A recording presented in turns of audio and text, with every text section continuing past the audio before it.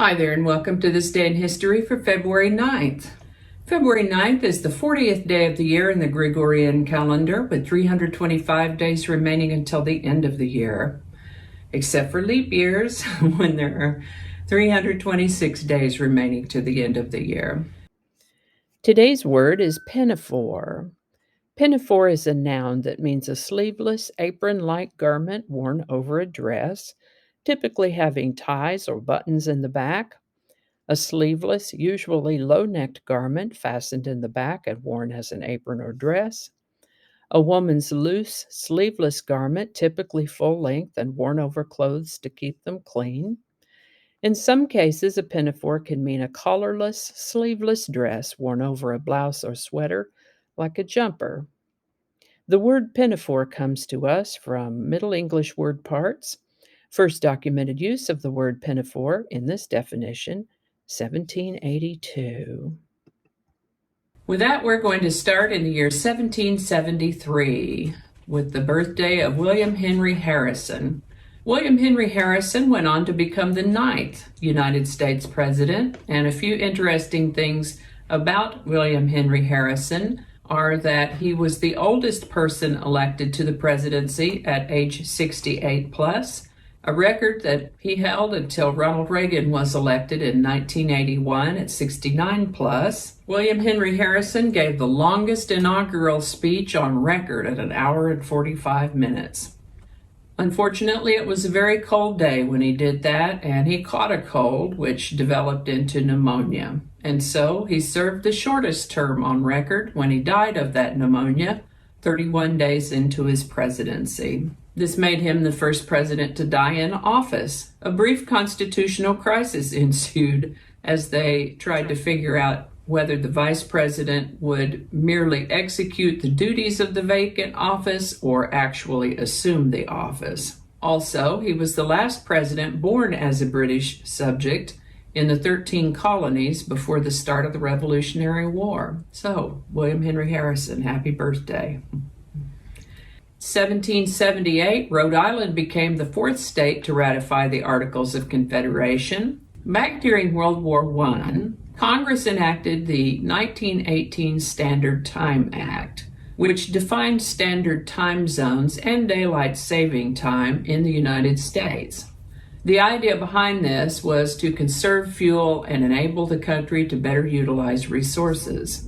The act was discontinued nationally after the war, but some states continued to spring forward and fall back with their clocks. On February 9th of 1942, year-round daylight saving time, also known as wartime, was reinstated in the United States as a wartime measure to help conserve energy resources until it was repealed at the end of September in 1945. Then in 1966, Congress passed legislation setting a standard time which stands to this day. On February 9, 1950, Senator Joseph McCarthy claimed to have a list with the names of over 200 members of the Department of State who were known communists. He waved a piece of paper around when he said this. In subsequent weeks, he would repeat that claim, but the number of the names on the list varied every time he told it: 57, 81, 10, but McCarthy never produced any solid evidence that there was even one communist in the State Department. On February 9th, 1960, the beautiful and talented Joanne Woodward earned the very first star on the Hollywood Walk of Fame. For reference, there are now over 2,000 stars along the Walk of Fame. February 9th, 1964, oh my goodness, the Beatles on Ed Sullivan. Yeah, the Beatles on Ed Sullivan. Well, live music, hysterical, screaming audience. The Beatles on Ed Sullivan. I remember watching that. On February 9th, 1965, the United States sent its first combat troops to South Vietnam.